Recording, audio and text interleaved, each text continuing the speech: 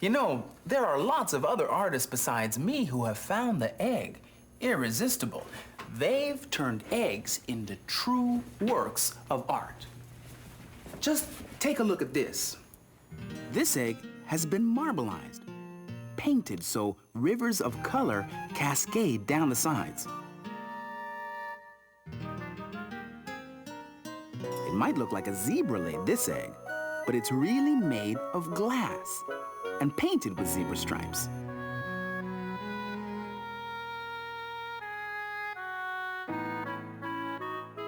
Look at the ribbons of color trapped right inside this Venetian glass egg.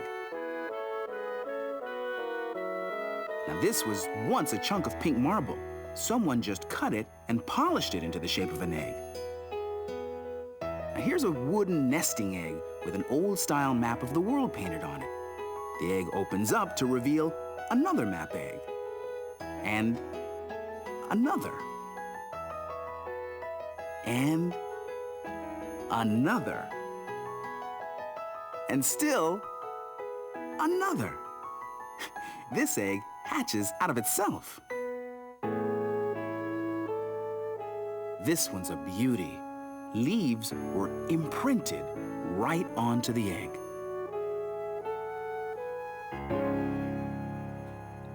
There's just something about an egg that makes people want to decorate it. All over the world, in just about every culture, there's a tradition for embellishing the egg. And one of the most beautiful comes from the Ukraine, where eggs are lovingly decorated in a style that's been handed down for centuries. Here's a story about some Ukrainian eggs that were truly extraordinary. It's called Rechenka's eggs.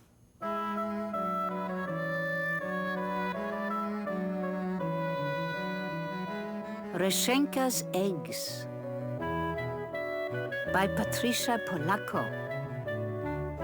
Read by Viveca Lindfors. Babushka lived alone in a dacha, the little house in the country. But she was known far and wide for the fine eggs that she lovingly painted. Her eggs were so beautiful that she always won first prize at the Easter festival in Moscow. Each day, Babushka would paint the shell of an egg in wonderful designs, using the shapes of stars and flowers, triangles and circles. One day, after a snowstorm, Babushka went outside to feed the wild caribou that came around the dacha. Just then, a flock of noisy geese honked loudly overhead. And one of them faltered and fell from the sky.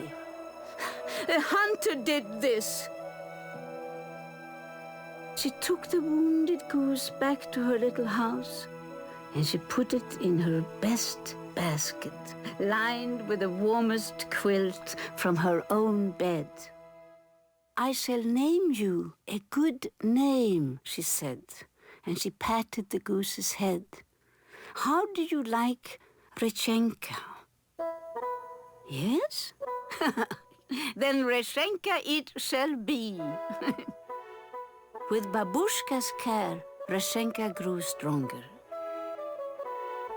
To repay Babushka's kindness, Rechenka laid an egg for breakfast every morning. One day, she jumped on top of Babushka's work table, knocking over the basket of painted eggs. "Niet, niet!" Babushka screamed, "no!" The eggs crashed onto the floor and shattered into millions of pieces. Babushka and Rechenka were both very sad.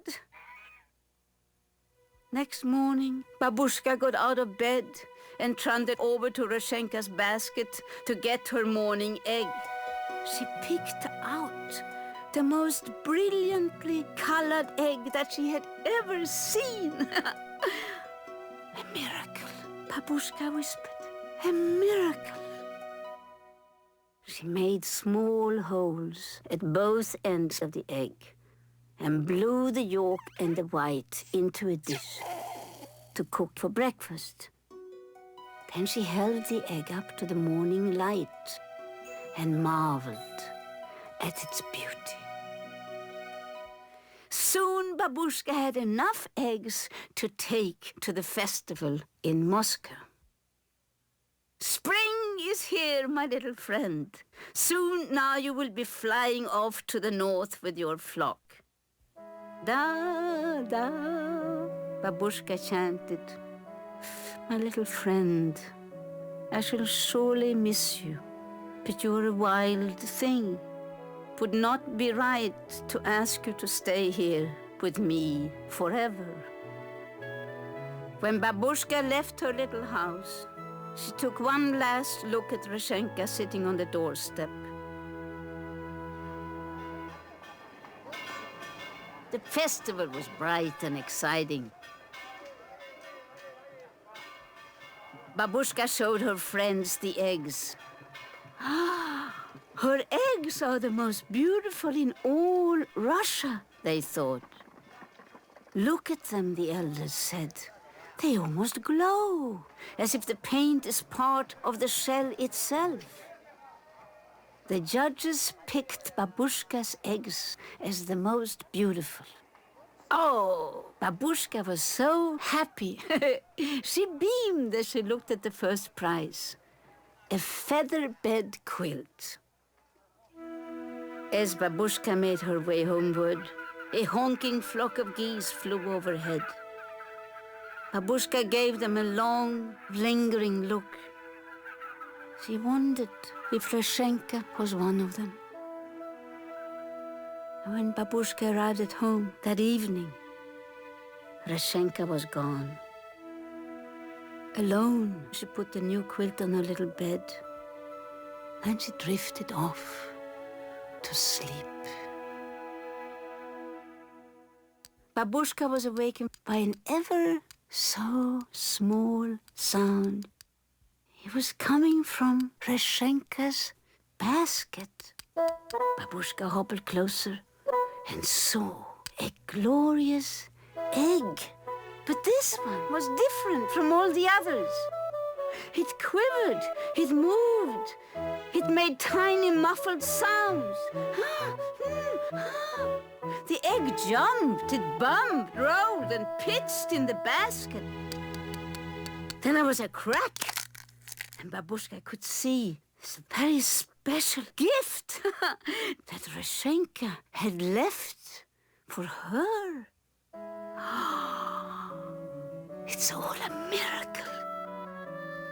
And this little goose remained with Babushka always.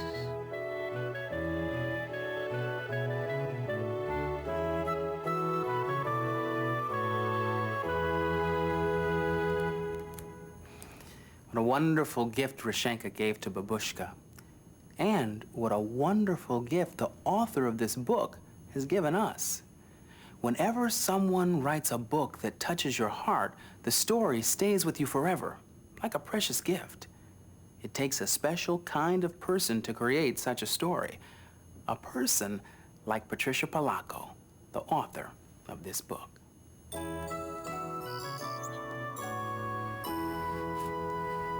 Drawing all of my life has been incredibly important to me.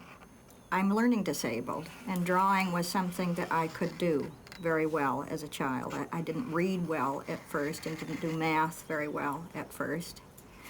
The moment I would start to draw, I would feel like there was something that I could do that was right.